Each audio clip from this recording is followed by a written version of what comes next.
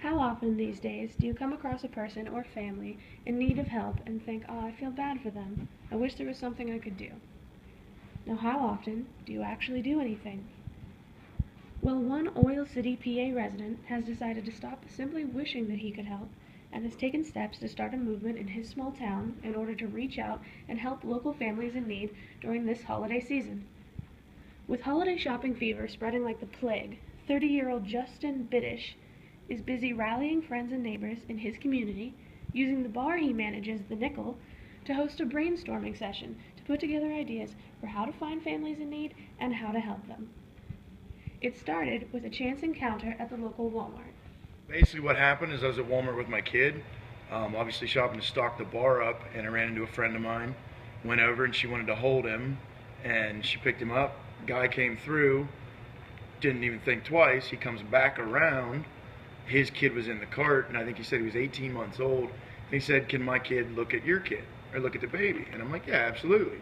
And Jackie's holding him at the time, and Jackie goes, are you ready for Santa this year? And the dad goes, there's not going to be a Santa, we can't afford Christmas this year. And that's where the ball started rolling. Basically the ride home from there is where I developed this entire idea. This struck a nerve with Biddish, as it would with most people. However, being a new father of a 7-month-old son puts into perspective the tragedy of a toyless child on Christmas. I've always been what I would say is a good person, but something with having a kid of your own changed my thoughts and everything. And some people know that I basically came from nothing. Like, my mom worked her ass off. And now, I mean, I'm not rich by any means, but I have a little bit extra that I can sacrifice to help somebody else. Following this thought-provoking encounter, Biddish posted his experience on Facebook, and within 2 hours had 50 people ready and willing to donate time, money, energy, and resources. Within 2 days of this post, Oil City's Holiday Helping Hands was born. On November 23rd, this new enterprise held its first meeting to start sorting out the details at the Nickel, located at 297 Duncombe Street in Oil City, PA. This initial meeting consisted of just a handful of supporters, including Lindsay McClure, who grew up in Oil City but is now a Pittsburgh resident, Lori Avoy, and Kip Vitka, who is employed by Oil City's Youth Alternative, Inc., a more than 40-year-old organization that focuses on supporting young people through education, recreation, and counseling. Well, the reason why I got involved was I saw the Facebook post, and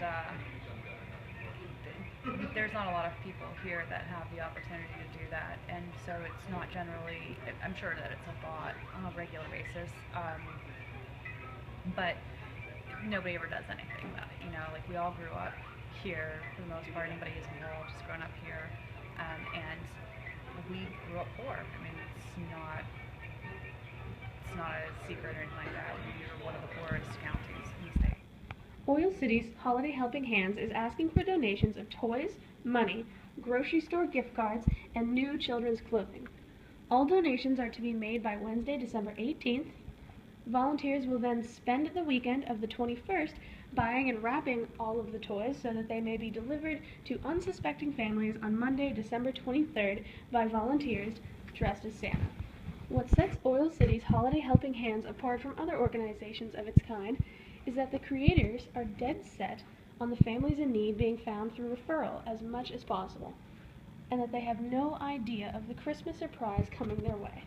We have other venues we can take through community services and youth alternatives to find the families, but for the most part I want to stick to generally referral, like the people that are not asking for the help, that really do need it. So far, 4 individuals have come together to hash out details and pull their collective contacts and resources. This initial meeting is simply step 1 in an endeavor that could brighten the holidays of countless Oil City children. Basically, my goal would be for this year to at least help a handful of families, and then hopefully every year just get bigger and bigger.